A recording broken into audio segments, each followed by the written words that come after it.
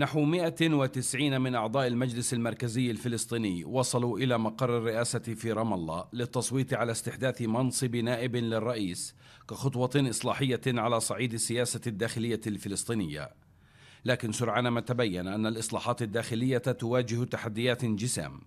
الرئيس عباس انفجر غضبا في وجه حماس موجها لها سيلا من الاتهامات بدأت بشتيمة وانتهت باتهام لها بسرقة المساعدات.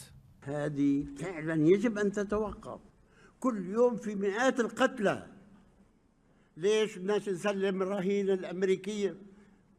طيب يا أولاد سلموا اللي عندكم هذول وخلصونا من الشغلة. سدوا ذرائعهم. وجوب أن تنهي حركة حماس سيطرتها على قطاع غزة، وأن تسلم القطاع بكل شؤونه، وأن تسلم الأسلحة كذلك إلى السلطة الوطنية الفلسطينية. فيش في دولة بتحترم حالها فيها سلاح. حماس التي لم تحضر الاجتماعات ردت على لسان القيادي فيها باسم نعيم بأن الرئيس عباس يحمل حماس المسؤولية عن الإبادة في غزة عوضا عن إسرائيل، وأن لا شرعية للقيادة الحالية في رام الله.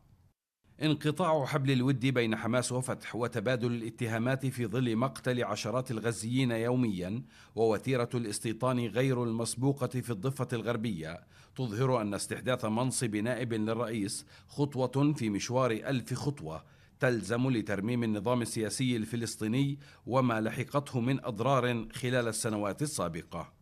يزداد المشهد الداخلي الفلسطيني السياسي تعقيدا بهذا الغضب العارم الذي صبه الرئيس الفلسطيني محمود عباس على حركة حماس، مؤكدا أن ما قامت به منذ العام 2007 أي منذ الانقسام تسبب بضرر بالغ على القضية الفلسطينية يشبه ضرر النكبة.